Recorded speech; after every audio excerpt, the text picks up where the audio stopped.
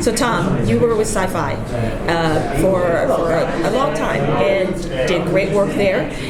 Is there something you're getting to do with Pandora that you didn't get to do at Sci-Fi? And can you talk a little bit about that? Yeah, at Sci-Fi, I was an executive at Sci-Fi, and I did the programming, scheduling, acquisitions, greenlit, and developed and greenlit, and supervised a lot of different programming. And now I'm actually on the other side of the table. So instead of me being the one talking to the producer, having the producer come to me and say, "Can you approve this person for the cast? Can you read the script and give us notes back?" And now I go to the network and I ask for their approval and their notes. So I'm actually on the other side of the table, which is really a cool experience. Just flipping for the last 4 or 5 years, I've been an independent producer and writer, and it's really fun to see the business from both sides of the table.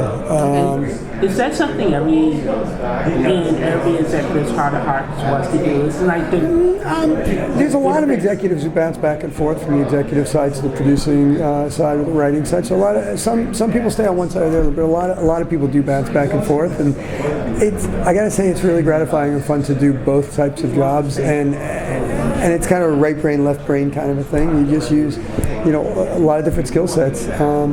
So I'm really fortunate that I was able to bounce back and forth a little bit. That's awesome. Thank you. And then the question I did want to ask is, like in my review, I called the show basically Starfleet Academy. Is that accurate, or is there something else you want the show to be kind of known for?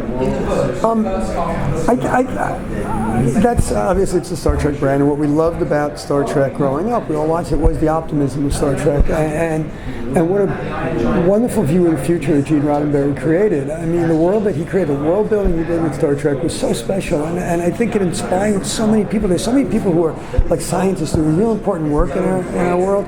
You said that they became scientists from watching Star Trek. They were inspired. I think Gene Roddenberry was such an important figure in American culture, and what he did transcended entertainment and really inspired people to do more. So being compared to Star Trek is an honor for any show in the genre. The level of metaphor that Roddenberry worked on, the issues he handled, and one of the beauties of science fiction is you can address social issues in today's world through the metaphor of science fiction without addressing them directly in a show set in the future.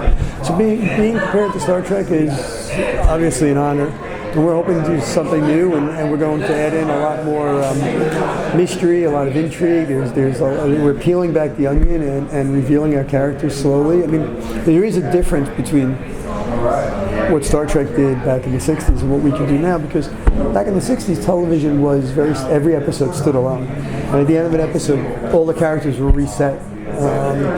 They weren't continuing stories. They weren't serialized. And now, because of the way people watch shows, they binge shows on an app or they watch shows all at once. Everyone's expecting a serialized storytelling. So that is a big difference between television today and television when Star Trek was new. And then will we get a definitive answer by the end of the 13 episodes? We will get a lot of answers, but obviously you want to open up some new questions. And at the end of the 13, we have a big cliffhanger planned, and so there'll be answers and then new questions and a cliffhanger, and that will create anticipation and excitement for season 2. So we just ask your viewers to support the show, and we have a long-term arc, and we'd like to tell the entire story of this world and these characters, and we just appreciate the fans. I do want to say one other thing. The fans have been, they've already named themselves, because Pandora's box. So the fans, we've seen it online, the fans are naming themselves Boxers. What are they called? Boxers. Yeah, they've started calling themselves Boxers. We've seen that now, and it seems to be picking up, like there's Trekkies and Trekkers, and the brown coats for Firefly, and there's, shows with strong fan bases eventually do get the fans name themselves, and 2 days in, they're saying they're Boxers. Yeah. So we really appreciate the fans, and we really love the fans.